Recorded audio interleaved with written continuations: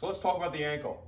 The kinetic chain, when we do most of everything we do in life, whether we're training or whether we're walking, jumping, sprinting, squatting, overhead pressing, the kinetic chain starts in the foot, okay?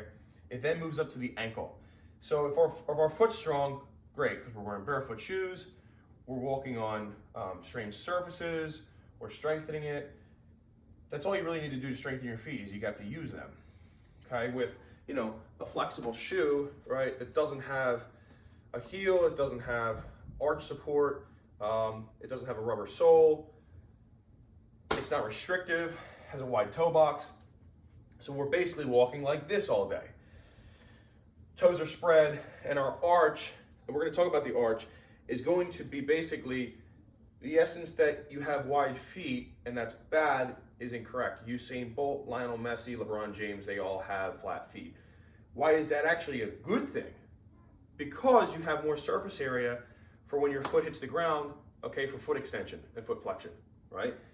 If you have a huge arch, there's less area of your foot actually hitting the ground. So it's harder for your foot to propel.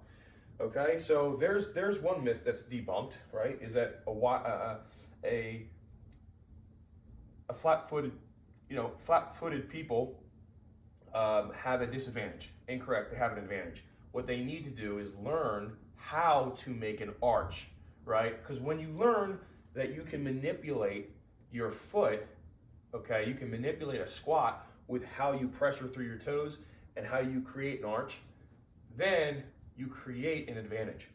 So we can actually talk about that real quick. Basically, if all I do, I'm sure you can see my foot here. If I basically take all the pressure out of my toes and off my big toe, I can make my ankle collapse. And now as you can see, I'm flat-footed. If all I do is I just pressure into my toes, claw them in the ground, take my knee and push it out, okay, what you just saw was I went from this to this. That's all I did. Take the big toe, curl it into the ground, create torque, okay? So how do we create torque? By literally not having our feet out like this, but actually having our toes only at about a 15-degree angle outward, okay? Toes pointed forward. Notice how toes are gripped into the ground. I'm using them just how you use your fingers. Knees are pointed out, and look at that. Look at that arch. I went from here to here. Boom. When I came up, push through the big toe. This is why we can't do these things when we're in regular shoes. That's why a barefoot shoe is so important. The main reason to use